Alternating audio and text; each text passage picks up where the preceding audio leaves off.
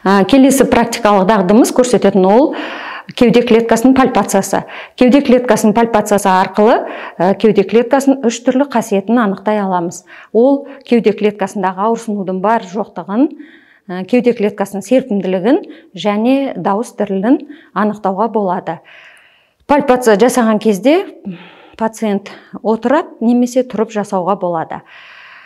Енді ауырсынуды анықтау үшін, яғни қабырға аралықтарды пальпация жасау арқылы практикалық дағдыны жүргіземіз. Ол үшін бұғана үсті ойықтарын, бұғана асты ойықтарын, екінші қабырға аралықты, үшінші.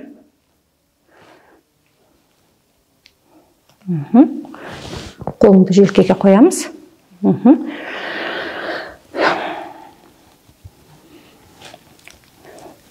Қабырға аралықтардан пальпация жасаймыз. Науқастың бет әлпетіне қарап тұрамыз. Ауырсыну болған жағдайда ол жерді тереңірек тексереміз. Арт жағынан пальпация жасаған кезде ауырсыну бар жоқтығын анықтағанда науқас қолын өзін құшақтауын сұраймыз. Жауырын үстіне пальпация жасаймыз. Жауырын ортасына және жауырынның қырына және жауырынның астына пальпация жасаймыз. Яғни пальпация кезінде пациенттің бет әлпетіне қарап тұрамыз. Егер ауырсыну болған жағдайда ол жерді тереңірек пальпациялап ауырсынуды ары қарай зерттейміз. Осыдан кейін кеуде клеткасының келесі қасиеті серпімділігіне тоқталамыз.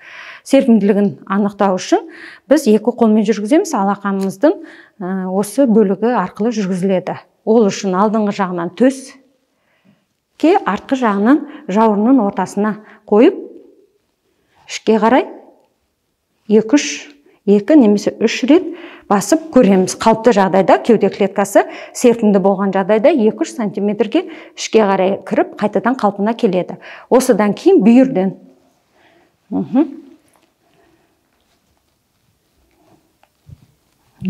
қысып көреміз. Кеуде клеткасы серпімді болған жағдайда ол 2-3 сантиметрге ішке кіріп, қайтадан қалпына келеді сау адамда. Ал кеуде клеткасында қандай да бір сұйықтық, ауа, өкпе тіні тығыздалған кезде, пневмосклерозға ұшыраған кезде, немесе қарттан тартқан үлкен адамдарда сүйек тіні қатайып кеткен жағдайда, яғни кеуде клеткасының серпімділігі төмендейді.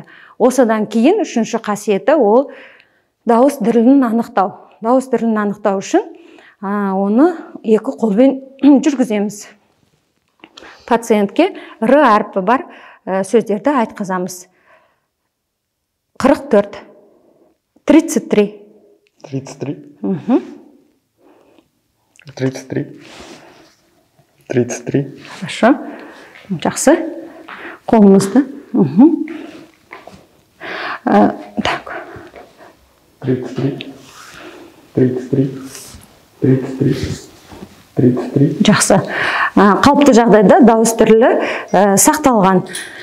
Яғни дауыс дірілі бір қалыпты таралады. Егер де дауыс дірілі өзгерген жағдайда, яғни ол күшеюі мүмкін, немесе әлсіреуі мүмкін. Күшейеді ол бір жақты процесс немесе екі жақты процесс болған жағдайда. Яғни өкпе тіні тығыздалған кезде дауыс дірілі күшейеді. Сонымен қатар компрессиялық ателектаз кезінде дауыс дірілі күшейеді. Ал әлсірейтін жағдайлар ол бір жақтық процесс болады, немесе екі жақтық болуы мүмкін. Ол өкпеге сұйықтық толғанда, ауа толған кезде, яғни дауыс дірілі әлсірейді. Ал екі жақтан бірдей дауыс дірілінің әлсіреуі ол өкпе эмфиземасында кездеседі.